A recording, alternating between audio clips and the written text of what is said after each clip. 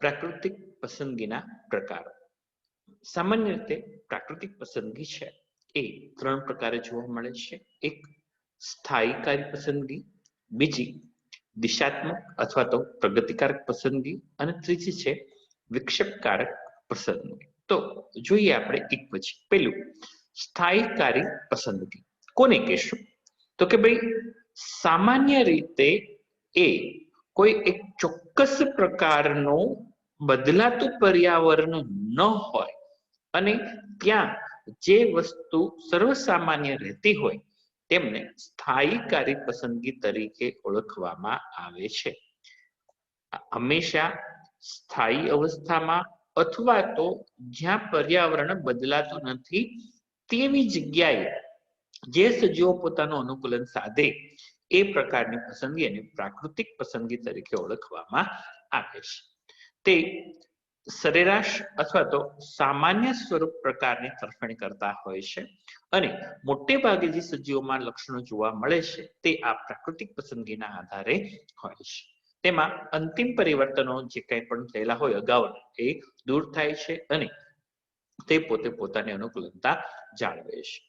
આ સ્થાયીકારી પસંદગી એક વખત થઈ જાય, સજીવો જે પોતાના લક્ષણો પ્રાપ્ત કરે છે એમાં થોડો ઘણો ક્યાંક સરેરાશ ગુણ છે એ ક્યારેક બદલાતો વધે અથવા તો ઘટતો જોવા મળે છે, અન્યથા એ પોતે પોતાનું મૂળ સ્વરૂપ પ્રાપ્ત કરતા હોય છે. બરાબર. અને આવા પસંદગીમાં એમના જે ગ્રાફની જે ટોચ હોય છે એ એકદમ ઊંચી અને સાંકડી જોવા મળે છે. તેમની ટોચ ઊંચી અને સાંકડી થતી જતી હોય છે, કારણ કે ઘણા સભ્યો આવા સરેરાશ લક્ષણો છે તે પ્રાપ્ત કરતા જોવા મળે છે. એક આપણે ઉદાહરણ જોઈએ કે ભાઈ સામાન્ય રીતે આપણે જોતા હોઈએ કે ભાઈ બાળક જ્યારે જન્મે ત્યારે તેમનું સરેરાશ વજન છે એ મોટે ભાગે ફિક્સ હોય છે. એ એવરેજ આપણે વાત કરીએ અહીં પાઉન્ડમાં આપેલું છે કે ભાઈ 7.3 પાઉન્ડ. 1 પાઉન્ડ એટલે એવરેજ અડધો કિલો જેવું થતું હોય છે. બરાબર. તો મતલબ કે અહીંયા 3 થી 3.5 કિલોની આસપાસનું બાળક હોય તો એ બાળકને આપણે સામાન્ય બાળક ગણીએ છીએ. અને મોટા ભાગના જે આવા માનવ શિશુઓ જન્મે છે એમનું વજન સરેરાશ આ 7.3 પાઉન્ડ એટલે કે 3 થી 3.5 કિલોની આસપાસ હોય છે. પરંતુ જો આવા નવા જન્મેલા બાળકોનું વજન એ 2.5 કિલોથી ઓછું અથવા તો 5 કિલોથી વધારે હોય તો એવા સમયે એ બાળકના જે સર્વાઈવ થવાની ક્ષમતા છે તે ઓછી હોય છે અને એ બાળકના મૃત્યુ દર છે એ આ સરેરાશ વજન કરતા વધારે જોવા મળ્યો છે. તો આમ આપણે એવું કહી શકીએ કે ભાઈ સરેરાશ જે ગુણધર્મ હોય છે એ ગુણધર્મ મોટા ભાગના આ સજીવો છે તે પ્રાપ્ત કરે છે. તેનાથી ઓછો અથવા તો વધુ જે ફેરફાર થતો હોય એ આ બદલાતા પર્યાવરણ સાથે સરળતાથી અનુકૂલન સાધી શકતા નથી. આ પ્રકારના ગ્રાફમાં તેમની ટોચ સૌથી ઊંચી અને એકદમ સાંકડી છે તે જોવા મળે છે. હવે બીજું જોઈએ દિશાત્મક પસંદગી અથવા તો તેને પ્રગતિકારક પસંદગી તરીકે ઓળખવામાં આવે છે. તો અહીંયા શું હોય તો કે ભાઈ આ પ્રકારના દિશાત્મક પસંદગીમાં નામ જ કહે છે કેવી છે, પ્રગતિ કરતી. પ્રગતિ કરવી તો આમનામ ન થાય, એમાં બદલાવ છે એ સતત જરૂરી હોય છે. મતલબ સજીવોમાં જે લક્ષણો આવ્યા છે ત્યારબાદ એ લક્ષણોમાં હંમેશા બદલાવ છે તે ચાલતો રહેતો જોવા મળે છે. અને આ બદલાવ છે કોઈ એક તરફ બદલાવ છે તે વધારે થતો હોય. તો આમ એક તરફ બદલાવ ઓછો થાય અને તેની સામેને જે બદલાવ છે તે વધારે જોવા મળે છે. તો આ પ્રકારના જો ગ્રાફ દોરવામાં આવે તો એમાં વક્ર એક દિશામાં ખસે છે, કારણ કે વધારે સભ્યો આ સરેરાશ ગુણ સિવાયના ગુણ પ્રાપ્ત ગુણ મતલબ કે અહીંયા લક્ષણોની વાત છે. બરાબર.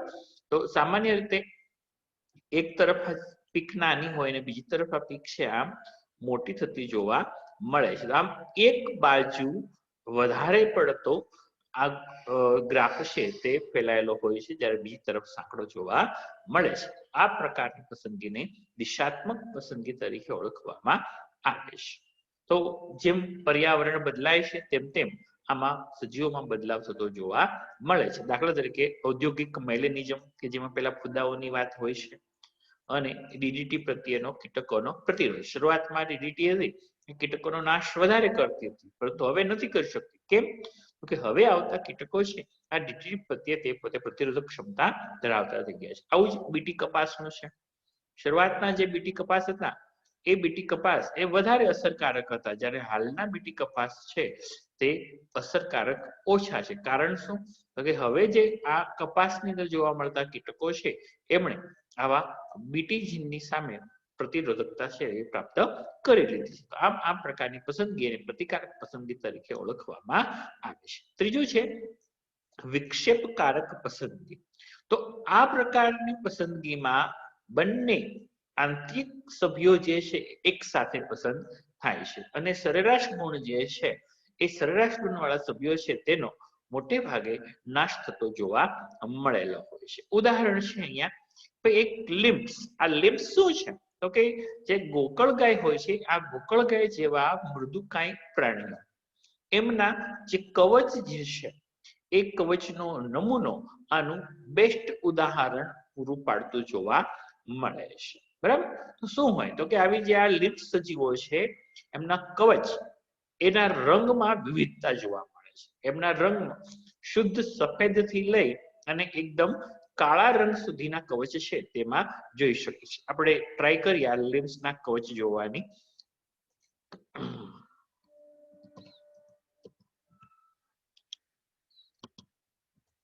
તો એ લિમ્પ સજીવો જે છે, સોરી,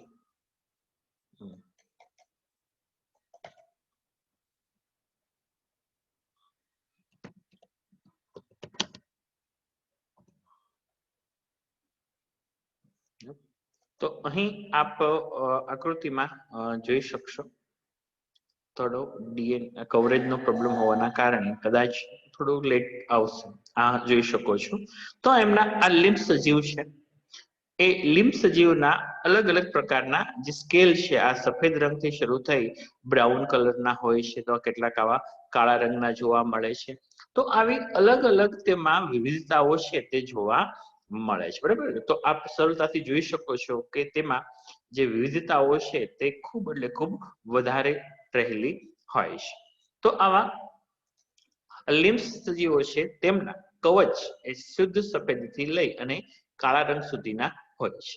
તો હવે અહીંયા શું થયું? તો કે આ સફેદ અથવા તો ઝાંખા રંગના લિમ્પ્સ એ સફેદ બાર્નેકલ સાથે સહજીવન જીવતા હોય છે, અને ઘાટા ગાઢા રંગના જે ખડકો છે તેની પર પણ એ રહી શકે. થશે શું અહીંયા? તો કે ભાઈ એક તો બાર્નેકલ્સ કે જે સફેદ રંગના છે, અને બીજું જે ખડકો જે છે એ કાળા રંગના છે. બરાબર? તો કાળા રંગના કવચ ધરાવતા સજીવો એ આવા ખડકો સાથે એની જેવું પર્યાવરણ રચી અને ત્યાં પોતે અસ્તિત્વ ધરાવશે. સફેદ રંગના છે તો એ બાર્નેકલ્સ જે સજીવો છે બાર્નેકલ્સની સાથે એ પોતે જીવન જીવી અને પોતાનું અસ્તિત્વ ધરાવશે. પરંતુ જે મધ્યમ કવચ વાળા મતલબ મધ્યમ રંગ જે છે, ન તો સફેદ છે ન તો ઘટ છે, આવા સજીવો જે છે એ સ્પષ્ટપણે પરભક્ષી પક્ષીઓના નજરમાં આવશે, અને એના કારણે એ પક્ષીઓ તેમનો ખોરાક તરીકે ઉપયોગ કરશે. આથી થશે શું? તો કે મધ્યમ લક્ષણો વાળા સજીવો છે એ પોતાનું અસ્તિત્વ ગુમાવી દેશે, જ્યારે એકદમ પૂર્વ લક્ષણો અને ઉદ્વિકાસિત લક્ષણો વાળા સજીવો છે એ પોતે પોતાનું અસ્તિત્વ ધરાવશે. તો આ પ્રકારની પસંદગી છે તેને વિક્ષેપકારક પસંદગી તરીકે ઓળખવામાં આવતી હોય છે. તો મને આશા છે કે આપને ત્રણેય સ્થાયીકારી પસંદગી, દિશાત્મક પસંદગી અને વિક્ષેપકારક પસંદગી છે તેનો ખ્યાલ આવી ગયો હશે. હવે આપણે વાત કરીએ છીએ પ્રજનનીય અલગીકરણ. તો પ્રજનનીય અલગીકરણ કોને કહેવાય? તો કે પ્રજનનીય અલગીકરણ એટલે બે ગાઢ રીતે સંબંધિત જાતિઓની વસ્તી વચ્ચે સંકરણનો અટકાવ થવો, તેમાં અવરોધ પેદા થવો, તેને કહેવાય પ્રજનનીય અલગીકરણ. બરાબર? તો બે જાતિઓ છે જે એકબીજાની ખૂબ જ નજીક હોય છે, પરંતુ આ બંને વચ્ચે પ્રજનનની બાબતે વિવિધતા જોવા મળે તો તેમને કહેવાય છે પ્રજનનીય અલગીકરણ. આ પ્રજનનીય અલગીકરણ થાય તો જ નવી જાતિ છે તેનું નિર્માણ થતું હોય છે. આમ પ્રજનીય અલગીકરણ એ નવી જાતિની ઉત્પત્તિ તરફ દોરવણી કરતા જોવા મળે છે. બરાબર, તો આવા પ્રજનનોમાં જોવા મળતી આવી વિવિધતા એની ક્રિયાવિધિ સ્ટેબિન્સ દ્વારા તેનું એક પુસ્તક લખાયેલું છે, જૈવ ઉદ્વિકાસની પ્રક્રિયા, એમાં એ સમજાવેલું છે. મુખ્યત્વે બે પ્રકારના પ્રજનન જોવા મળે છે. એક પૂર્વ પ્રજનન કે જેને પૂર્વ ફલિતાંડીય અલગીકરણ તરીકે ઓળખવામાં આવે છે, અને બીજું છે એ છે ફલિતાંડ પછીની ક્રિયાવિધિ. બરાબર, તો પહેલા આપણે જોઈએ પૂર્વ પ્રજનન. મતલબ કે જ્યારે પ્રજનનમાં ફલન થાય એ પહેલાની બાબતો.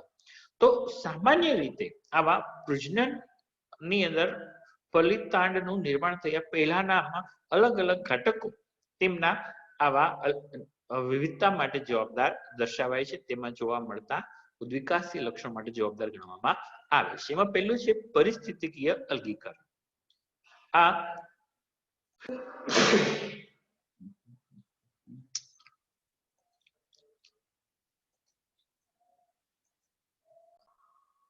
તો આવું પરિસ્થિતિકીય અલગીકરણ બે જાતિઓ જુદા જુદા નિવાસ સ્થાનોમાં રહે છે અને તેઓ જ્યારે એકબીજાને નથી મળતી ત્યારે તેમાં તેના પરિસ્થિતિને અનુરૂપ આવું અલગીકરણ છે તે જોવા મળે છે. દાખલા તરીકે કોઈ માછલી છે, એની કોઈ જાતિ મીઠા પાણીમાં રહેતી હોય અને બીજી જાતિ ખારા પાણીમાં એટલે કે દરિયામાં રહેતી હોય, તો આ બંને જાતિઓ માટે પ્રજનનમાં વિવિધતા છે તે જોવા મળશે. કારણ કે એકને મીઠા પાણીની સામે ઈંડાઓનું રક્ષણ કરવાનું છે, બીજાને વધારે સાંદ્રતા ધરાવતા ખારા પાણીઓ સામે સંરક્ષણ કરવાનું છે. આમ આવી પરિસ્થિતિ છે તે તેમાં વિવિધતા માટે જવાબદાર ગણવામાં આવે છે. બીજું છે સમયદર્શક અલગીકરણ. કેટલાક સજીવો એવા છે કે જેમાં એમની પ્રજનન ઋતુ અથવા તો પુષ્પો સમય જે છે, પુષ્પ ઉત્પન્ન થવાનો સમય છે એ અલગ અલગ હોઈ શકે છે. આપણે જોતા હોય મોટા ભાગે જે કેરી જે છે એ ઉનાળામાં આવતી હોય, એટલે કે શિયાળાની ઋતુમાં તેમાં ફૂલી આવતા હોય છે. પરંતુ કેટલાક આંબા એવા છે કે જે 12 માસી આંબા હોય છે, જેમાં 12 માસ પુષ્પ છે તે જોવા મળતા હોય છે. બરાબર, તો એ શું છે તો કે એમાં સમયદર્શક અલગીકરણ દર્શાવેલું છે.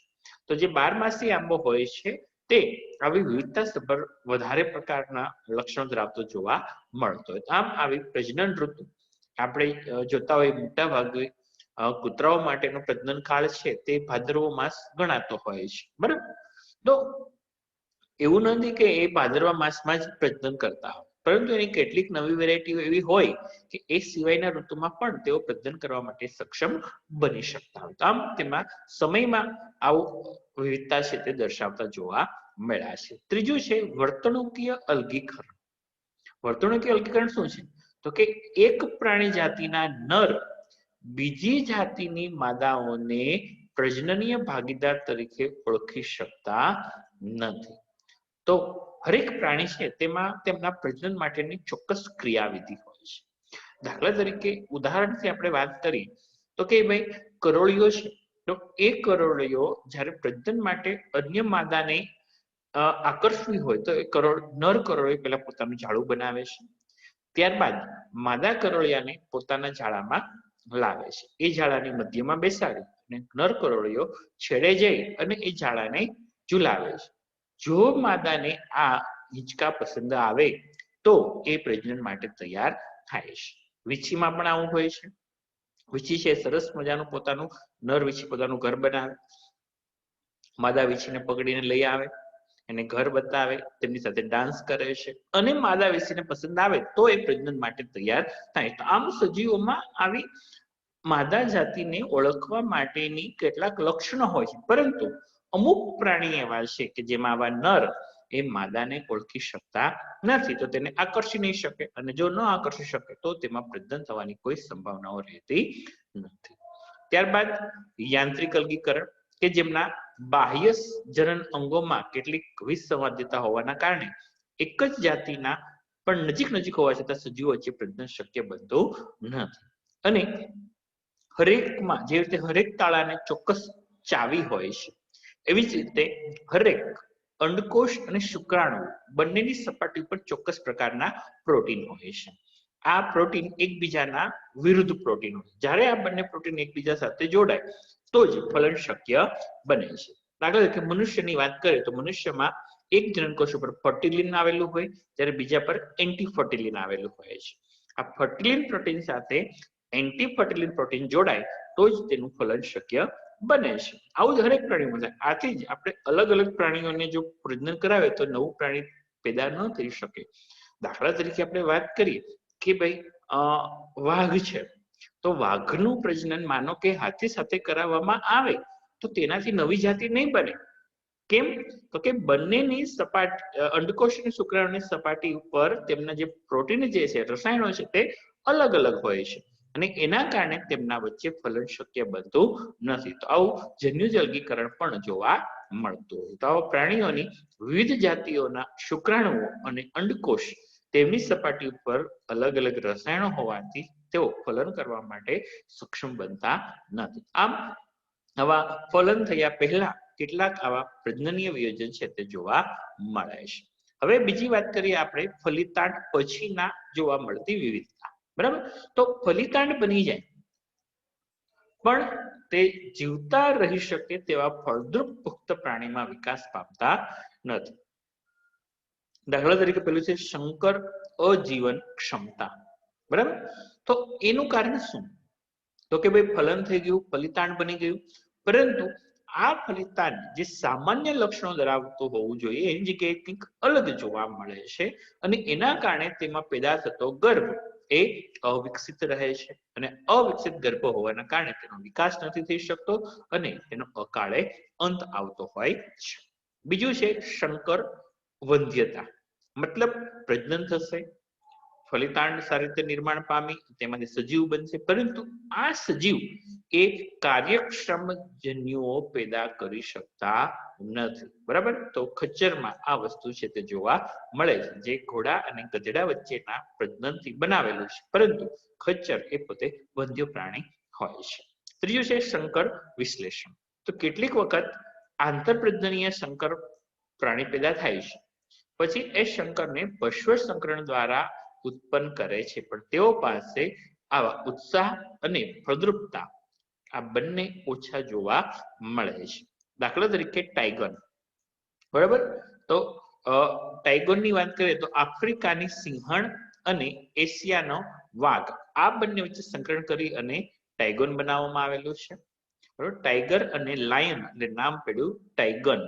બરાબર, અને અહીંયા લાઈગર કે જેમાં નર સિંહ અને માદા વાઘ. બરાબર, જો અહીંયા લાયન, સિંહને આપણે કહીએ છીએ લાયન અને માદાને કહીએ છીએ આપણે વાઘને કહીએ છીએ ટાઈગર. બરાબર, તો આ બંનેના શબ્દમાં લાયન નો લાય અને ટાઈગર નો ગર, લાઈગર. બરાબર, અહીંયા વાઘ એને ટાઈગર.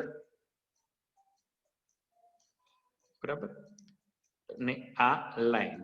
પરંતુ અહીંયા જો નરનું નામ છે એ પહેલા લેવાયેલું છે, એની પરથી શબ્દ આવેલો છે ટાઈગર અને લાયન. બરાબર, તો ટાઈગર અને લાયન નો કોમ્બો થાય ટાઈગર.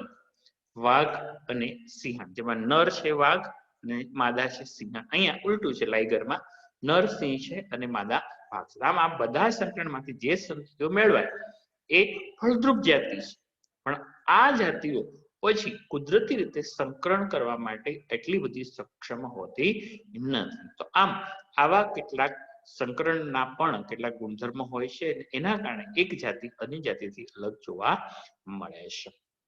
હવે મિત્રો આપણે વાત કરી છે અનુકૃતિની, જેને આપણે મિમિક્રી તરીકે ઓળખીએ છીએ. બરાબર, તો મિમિક્રી આ શબ્દ બેટ્સ નામના વૈજ્ઞાનિકે 1862માં આપ્યો. આવી મિમિક્રી પણ એક પ્રકારનું અનુકૂલન જ છે કે જેમાં એક સજીવ બીજા સજીવ સાથે છુપાવવા માટે, તેનાથી રક્ષણ મેળવવા માટે કે અન્ય ફાયદા જેવા કે હુમલો કરવા માટે એ પોતે આવી મિમિક્રી દર્શાવતું જોવા મળે છે. બરાબર, તો જે સજીવ અનુકરણ કરે છે, મતલબ કે બીજાના જેવું દર્શાવે તેને મિમિક કહે છે, અને જેનું અનુકરણ થયું છે તેને મોડેલ કહેવાય. ઉદાહરણ આપણે જોઈએ, દાખલા તરીકે કોઈ એક્ટર છે, બરાબર. આપણે કહીએ કે ભાઈ ચાલો ઋત્વિક રોશન, બરાબર. તો આ એક્ટરની એક્ટિંગ મતલબ એની ડાન્સની એક્ટિંગ કોઈ ભાઈ કરે છે, બરાબર.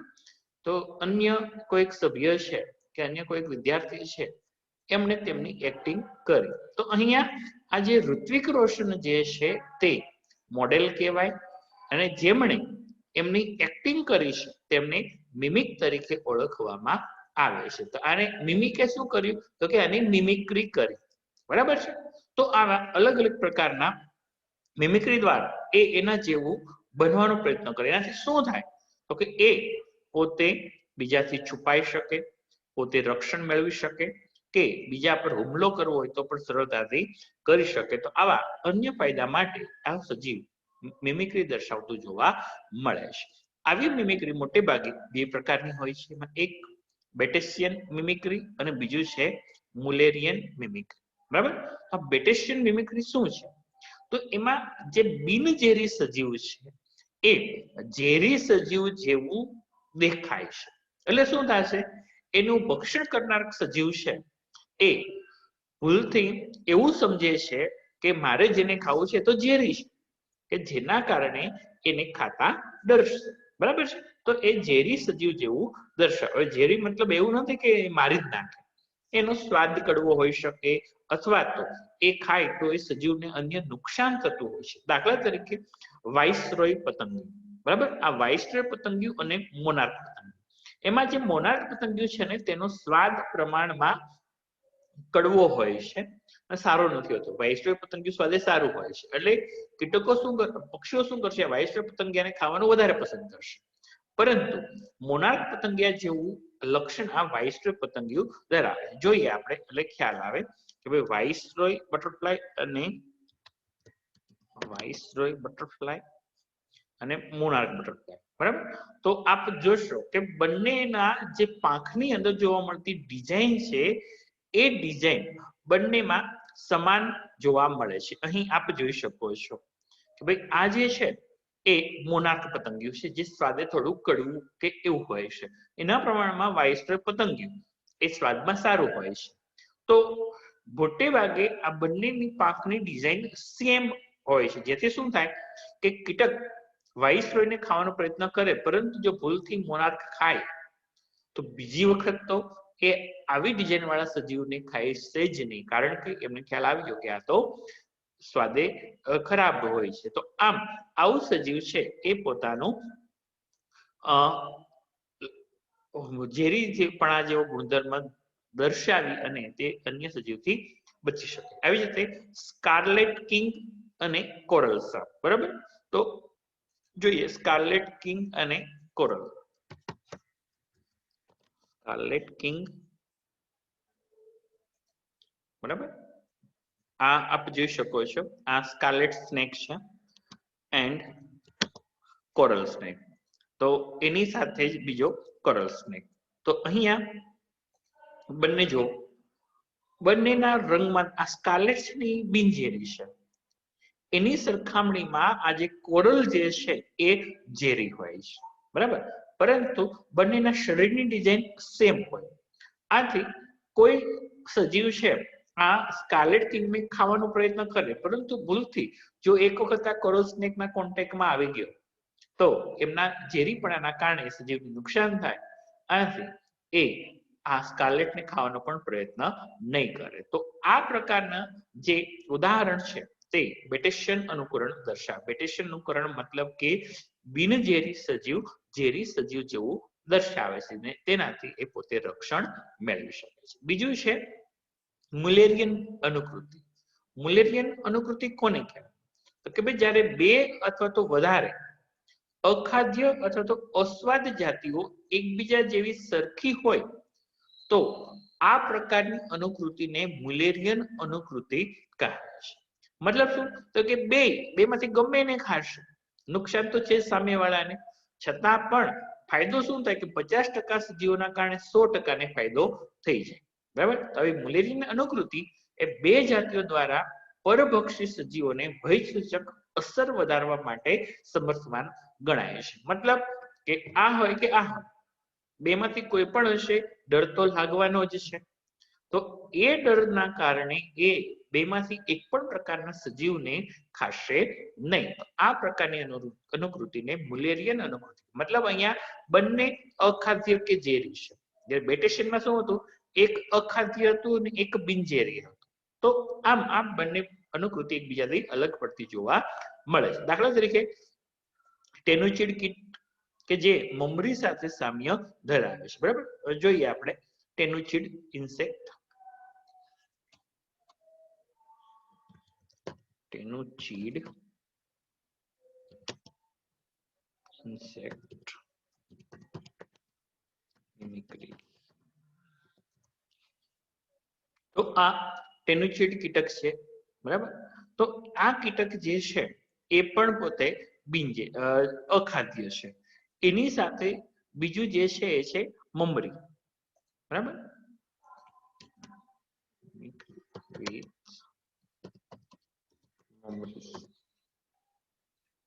તો અહીંયા આપ જોઈ શકો છો આ નથી દેખાતું આમાં નથી, પણ આ પ્રકારની જે છે એ મુલેરિયન જોઈએ. મુલેરિયન મિમિક્રી એટલે ખ્યાલ આવી જશે. મુલેરિયન મિમિક્રી. તો અહીંયા આ કીટકોને તમે જોઈ શકો છો કે એ બંને સ્વભાવ દેખાવે સરખા દેખાય છે. બરાબર, ત્રણમાંથી કોઈ પણ ને ખસે તેમને નુકસાન તો છે જ. બરાબર, તો આ પ્રકારની મિમિક્રી જે છે તેને મિલેરિયન મિમિક્રી તરીકે ઓળખવામાં આવે છે. આપ જોઈ શકો છો આ ભમરી એની કેટલીક જાતિઓ છે. બરાબર, તો આ ભમરી છે અને આ પણ ભમરી છે, પણ બંનેના દેખાવ સરખા છે, બંને અખાદ્ય છે. તો આમ એ પ્રકારની મિમિક્રી દ્વારા એ એકબીજાને બચાવી શકે છે અને સારામાં સારો ફાયદો છે તે લઈ શકતા હોય છે. બરાબર, તો આ બાબત હતી મિમિક્રી કે જેના દ્વારા પછી રાણી પતંગીઓ, મોનાક પતંગીઓ આપણે અગાઉ જોઈ ગયા છે. તો આમ મિમિક્રી એ એકબીજાને ક્યાંક ને ક્યાંક ફાયદો કરાવતી જોવા મળી છે. તો મિત્રો, હવે મનુષ્ય વિકાસ આપણે નેક્સ્ટ લેક્ચરમાં જોઈશું.